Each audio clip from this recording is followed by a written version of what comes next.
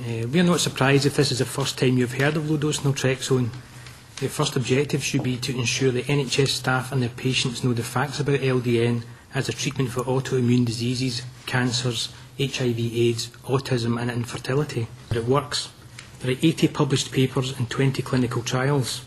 In 2007, a Penn State Crohn's study of 17 patients showed that 89% responded, and 67% went into remission, and healing was seen. This is being repeated now on a larger scale. In 2008 in Girone, Italy, 40 primary progressive MS patients were studied for 6 months and only one progressed their illness. Personally, I've saved the NHS in Scotland tens if not hundreds of thousands of pounds by taking LDN and not these drugs. Celia here was diagnosed with lung cancer in 2006 and given 6 to 12 months to live. She asked her GP for LDN and he gave her it, probably because he thought she had nothing to lose. 3 years later, Celia is still here and her oncologist can see no evidence of disease. The £68 million in chemotherapy costs and $151,000 on the internet, and I came across LDN and I looked at it and I looked at the science behind it and I liked what I saw. So I asked my oncologist if he would give me low-dose naltrexone. He couldn't because of protocol. So I went to my GP. The first one said no because she didn't know anything about it. The second one I went to, he said, yes, I'll give it to you because you've got nothing to lose. Because they expected me to be dead in a year at the least, or the most. And so I started to take LDN, and I've surprised them all because I'm still here, and I'm damn well determined to stay here. Well done. Well done. No, quite right, absolutely. It's naltrexone, and I think it's a public scandal if it's not investigated, and in the meanwhile, the people who are on it stay on it, and the doctors are educated about it now. Cancer-killing drug so can do is that it can open up to these patients that are non-responsive the whole idea that yes, you can use these treatments in your case, which I think is fantastic. And if you were to say, do these patients see that as a cure to their cancer?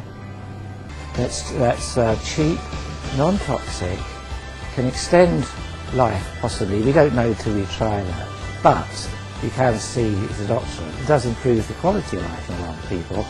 That's an enormous potential.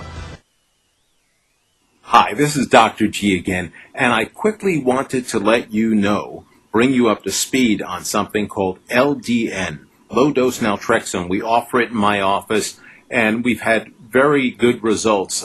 Some of the things it works very well for, and you'd be surprised why you never heard of this, and probably your own physician never heard of it, and if he has, he probably is confused as to what it does. And he probably will not prescribe it and tell you why he won't prescribe it. Totally legal, it's FDA approved, but it's off-label for these indications. Some of the indications are cancer, including metastatic breast cancer, liver cancer, ovarian cancer, pancreatic cancer, prostate cancer, multiple myeloma, chemo-resistant advanced carcinoma, malignant melanoma. Some of the other uses of it are for autoimmune diseases like thyroiditis, Hashimoto's, and Graves of the thyroid, multiple sclerosis, lupus, SLE, Crohn's disease, ulcerative colitis, which are inflammatory bowel diseases, pain in general, fibromyalgia, diabetic peripheral neuropathy, one of the most painful syndromes that you can imagine. Chronic fatigue syndrome, Epstein-Barr virus, overweight issues, autism, dementias, ALS, Parkinson's, infertility, the list goes on and on and on. So if you'd like to have an evaluation, we usually see new patients on Sundays. Our number is 516-295-7400, 516-295-7400. We're located in Long Island. And the website is my180md.com, my180md.com. Thank you. This is Dr. G. At 11, hundreds of patients swear by it, a drug that's only approved for heroin addicts, but seems to be helping many other people suffering with all kinds of ailments. So just exactly what is it, and what do doctors have to say about this so-called wonder drug? CBS 47's medical reporter Allie Gorman tonight, finding out.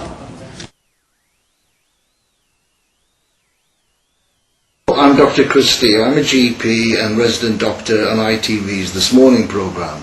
Now I'm going to tell you today about low-dose naltrexone or LDN.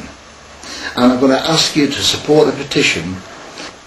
Naltrexone is routinely used at high doses to treat addictions to heroin or alcohol. And it's actually even used in pregnant women with no risk to the baby. I, like all doctors, was taught to first do no harm. LDN does no harm, so it should be used first when it's been shown to be effective for so many. 3 milligrams at bedtime only blocks opiate receptors for 3 hours, but is enough to trigger the brain and glands to fight back with up to a 300% increase in endorphin production. During the night, as a low dose of naltrexone drains away, all the extra endorphins flood into and stimulate emptying receptors, which cuts pain and distress and boosts the immune system all the next day. Hundreds of thousands of people worldwide now boost their endorphins with LDN. See my YouTube LDN video and Google LDN research. At personal best dose of LDN, take 3/4 milligram microdoses at bedtime and each night increase until on 8 3/4 milligram doses. Whatever amount makes you best the next day is your correct dose, usually between 2 and 6 milligrams. If on morphine or strong painkillers, take paracetamol or ibuprofen, and when pain starts, add 3/4 milligram microdoses of naltrexone 1 to 4 hourly as needed to cut the pain.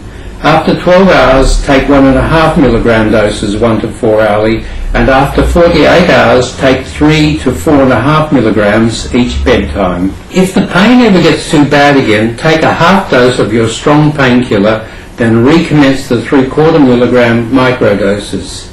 Please leave comments and questions below. I think there's a lot of things out there I haven't tried, so I want to try to exhaust everything.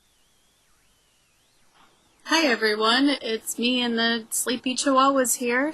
I am doing Directly, it helps the body to help itself.